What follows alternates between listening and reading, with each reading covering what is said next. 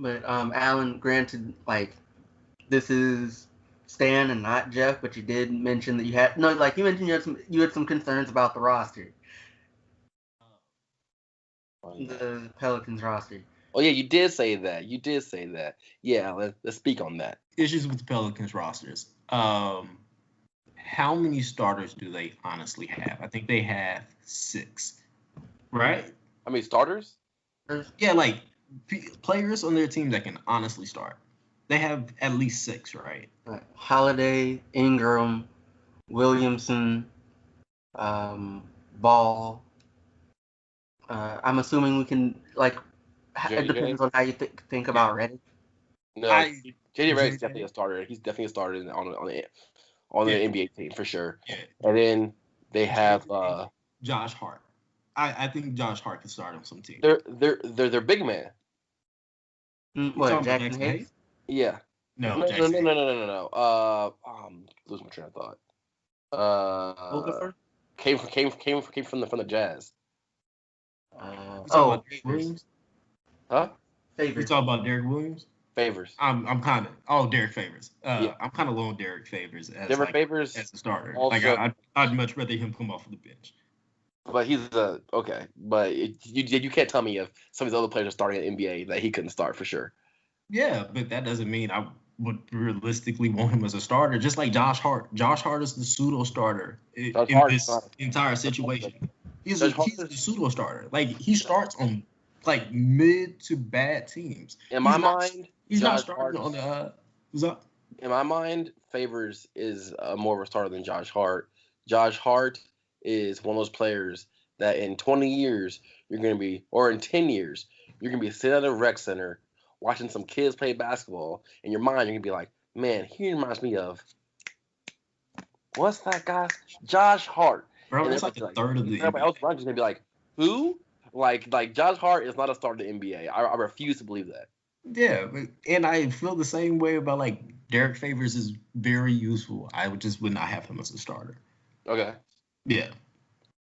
So they realistically have like 6 dudes that can start, and they really have 2 that are probably really not in the window of these dudes competing. I don't think like maybe this will be the Lonzo Ball year where we can all be like, yeah, I don't really know what I don't have a lot of faith in Lonzo yet. Like he still kind of has to prove that. Oh, okay. So this. And I literally no. I just want to see more of what Lonzo can do offensively. If he can, if we're talking about this is like a consistent 34% 3-point shooter, maybe he can have like a little bit of a package off the dribble where he can be a little bit more versatile. Because I love him as a point guard. Just kind of need to like shoot it a little bit more. Real quick. Let me intrude in between each take because I have a strong feeling I'm going to disagree about. No, I will let you wait though. So I really wait. No, I'll forget. That's why. I know, sucks. Write it down because I'll forget to. Go. I'll remember. I think Brandon Ingram is an automatic 20 points wherever he goes. Like I think he has figured it out from a scoring standpoint.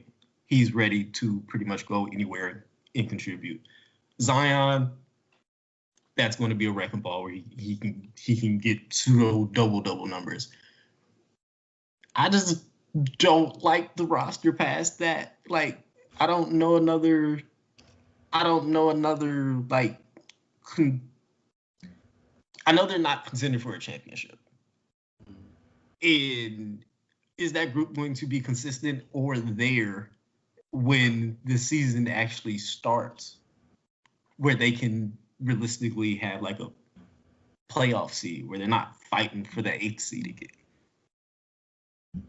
Like, yeah, Stan changes something, but like I don't know if it's still enough with that roster. Like, how much does he change where that full roster really looks good for 82 games? Gotcha. So, so you're done. I just stopped to breathe. Yes, I'm done. Okay, my bad. Keep going. I'm done, Philip. That's how things work. When you stop talking, that means you're done, bro.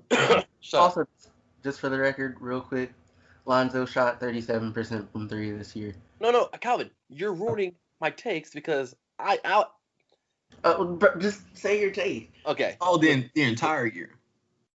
Listen. Yes. Like when was there a point where it like picked up as like a shooter? I am not sure. I'm telling you this. I don't have that. People got caught up in how he played in the bubble. Because, like, but before the bubble, right? And the bubble is weird because the bubble's like, if you're. I'm not sure if the Heat make it all the way if they're not in the bubble. You know what I mean? The bubble just kind of like. Because there's some players that, they've been playing in front of crowds their whole entire life. So as soon as the crowd goes away, their like enthusiasm about the game goes away. And it's like, they're not dogs. And, we had long conversations about this early on. But when it comes to Lonzo, he didn't have a good bubble objectively. Obviously, he didn't have a good bubble. But like before the bubble started and it was just a regular season, he was in conversation with Brandon Ingram for most improved player. The bubble happens. All of a sudden, he doesn't have a good bubble, and he's not even in the list. Too many people got caught up in that last, I don't know what it was. Because they didn't make the playoffs, so was it 10 games maybe? I can't remember what it was. But that last stint of games, right? That sample piece of games. People got caught up in that, and for some reason, forget that outside of that, he had a solid season. That's like a point guard, and if you watch him play, obviously a lot of the stats that he does or a lot of things he does positively on the court don't show up in the stat sheet. Like there's no defensively, all those kind of things that like the intangibles that he brings, they just don't show up. You know what I mean? The catalyst of their whole fast break offense kind of runs through him. And you once again saw that when they went on long winning streaks. It's just I don't know. People, and I'm not saying you, Alan. I'm saying people in general, like, have always wanted to dislike him for some reason. So, like, LeVar. whenever he did, oh yeah, I'm not gonna. Obviously, it's for that reason, right? But like when he was doing well, you rarely heard about it. But then when he wasn't doing well, you really heard about it. Yeah. And it was just like a narrative, right? That I don't like the narrative. But it was a narrative. Bleacher Report, ESPN, Fox Sports 1, whatever, right? And, we probably don't need to listen. We don't need to listen to those things to, like, know basketball.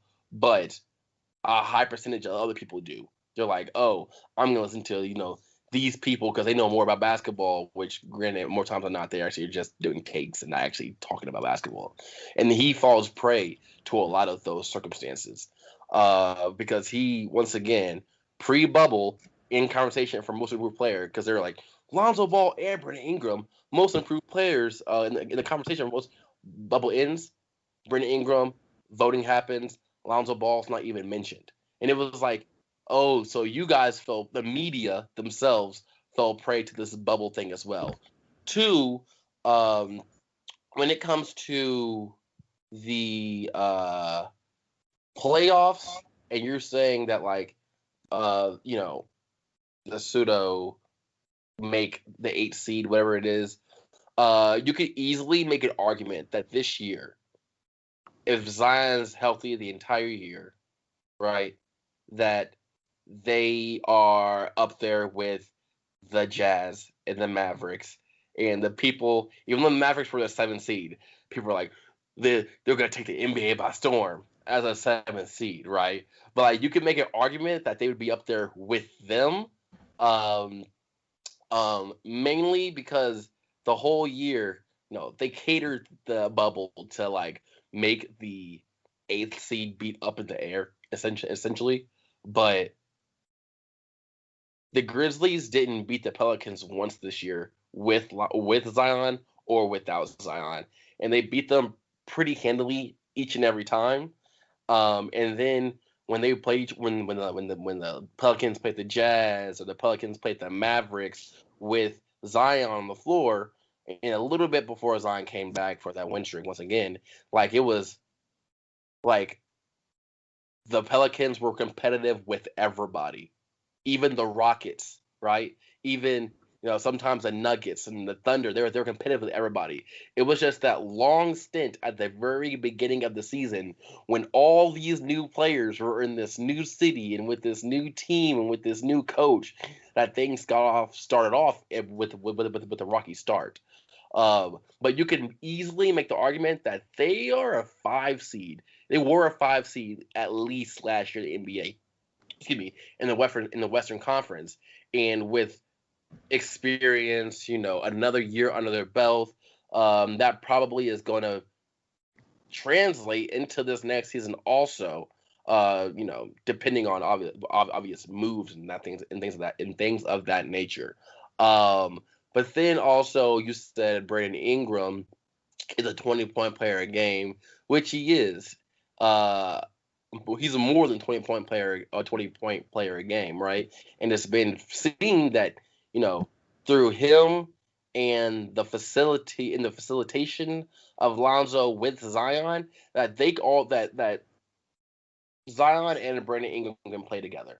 They can be cohesive together. They can be more than cohesive together, right? All this depends on off season, whatever. But from what we're seeing this past season, that is the case.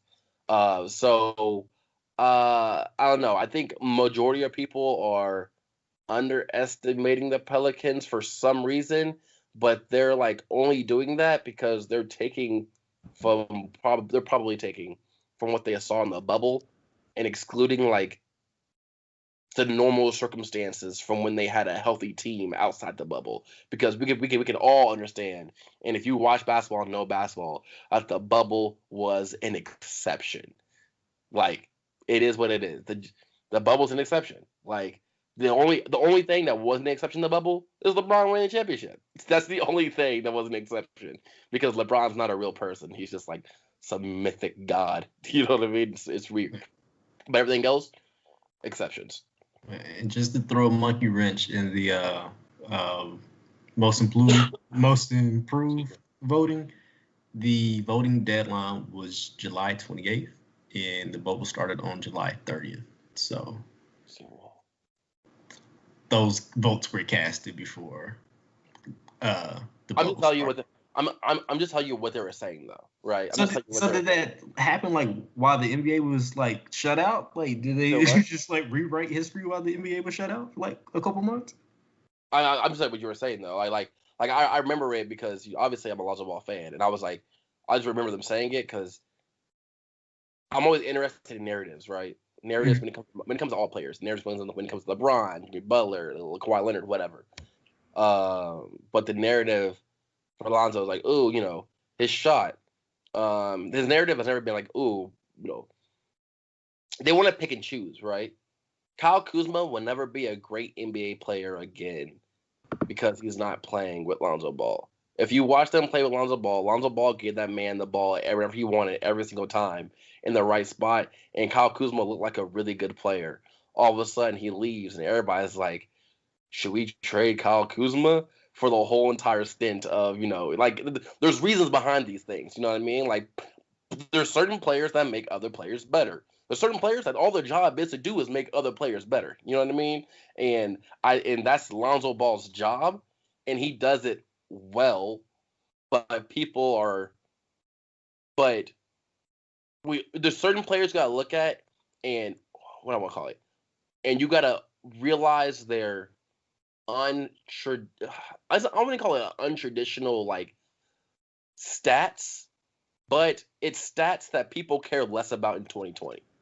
In 2020, if you're a point guard, people care about not much, but it's mainly scoring, because it's a scoring point guard era. That's most of what they care about. If you're an assist, defensive point guard, then unless you're Rajon Rondo and you've been playing for 18 years or whatever it is, I don't know what it is. When you've been playing for 14 years, whatever it is in the NBA, unless you're literally Rajon Rondo, which he has his own narratives. He had one bad season with the Mavericks. All of a sudden, he's playoff Rondo. No, that's just Rondo. There's no playoff Rondo. You're still holding this Maverick stint against him for some reason. But outside of him, that doesn't exist. And it's not a good thing because they're trying to make you think that like there's a one kind of point guard and it's this scoring hybrid point / shooting guard when no, there's other kind of point guards that can be just as effective in 14. So that's all I'm saying. Gotcha.